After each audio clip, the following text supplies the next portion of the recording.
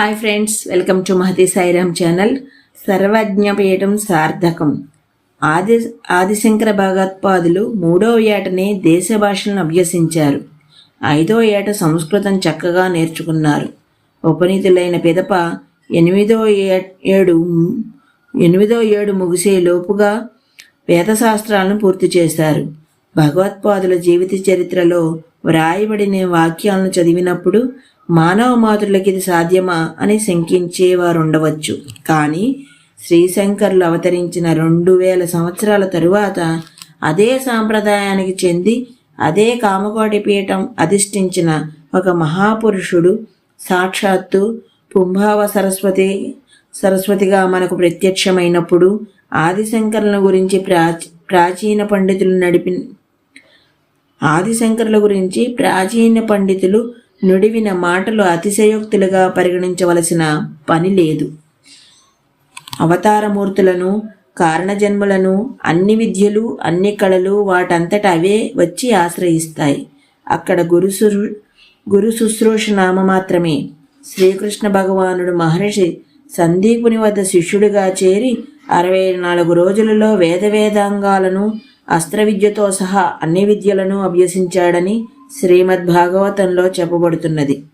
లోకంలో సర్వసాధారణంగా మనం చూచే గురు శిష్య సాంప్రదాయం కామకోటి పీఠం 68వ ఆచార్యులు శ్రీ చంద్రశేఖరేంద్ర సరస్వతి స్వామి విషయంలో కిందుమీదులయ్యింది. కంచస్వామికి ఒకప్పుడు విద్యాగురువులైన మహామహోపాధ్యాయ బ్రహ్మశ్రీ కృష్ణశాస్త్రి గారు స్వామితో ఇలా అన్నారు: స్వామి, నిమిత్త మాత్రంగా మేము మిమ్ము శిష్యులుగా పాటించినా యథార్థంగా మీరే మా గురువులు, మేము మీకు శిష్యులం.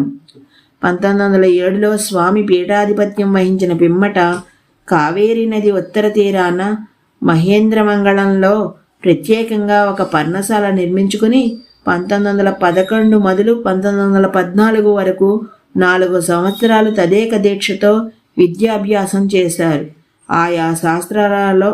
ఆయా శాస్త్రాలలో నిష్ణాతులైన పండితుల వద్ద తర్క, వ్యాకరణ, మీమాంస, వేదాంతాలను నేర్చుకున్నారు.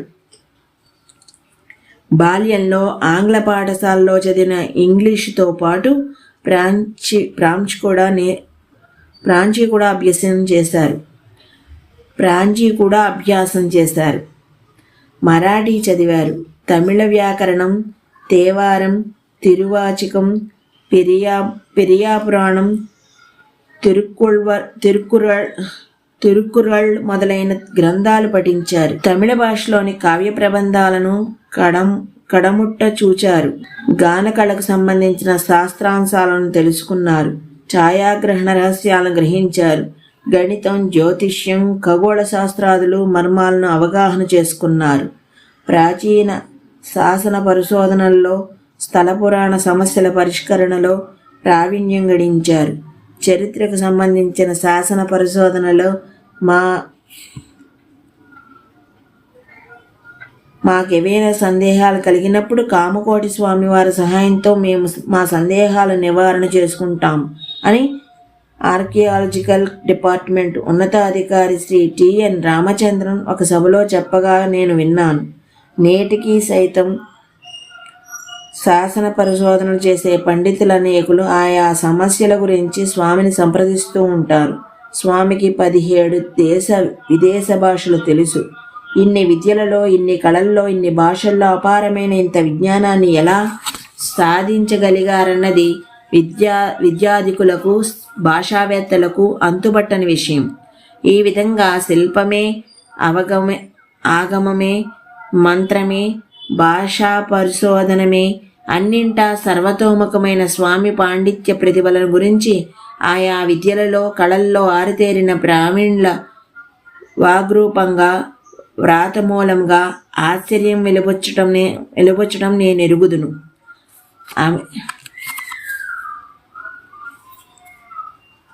అమేయము, విశ్వతోముఖము ఆయన ఈ విజ్ఞాన భాండారమంతా ఒక వ్యక్తిలో ఇంత కేంద్రీకృతం కావడం అన్నితర సాధ్యం. అలౌకికమైన వరప్రసాదమే తప్ప ఎంతటి వారికైనా కేవలం స్వయం కృషితో సాధ్యం కాది అసాధారణ సర్వకష ప్రతిభ.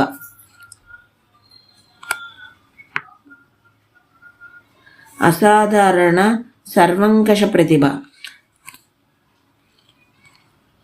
శంభోర్మూర్తి చరతి భువనే శంకరాచార్య రూప. చివరికి ఒక మాట, సాక్షాత్తు పరమేశ్వరుని అవతారమైన ఆదిశంకరులు అనేక శతాబ్దాల కిందట కంచి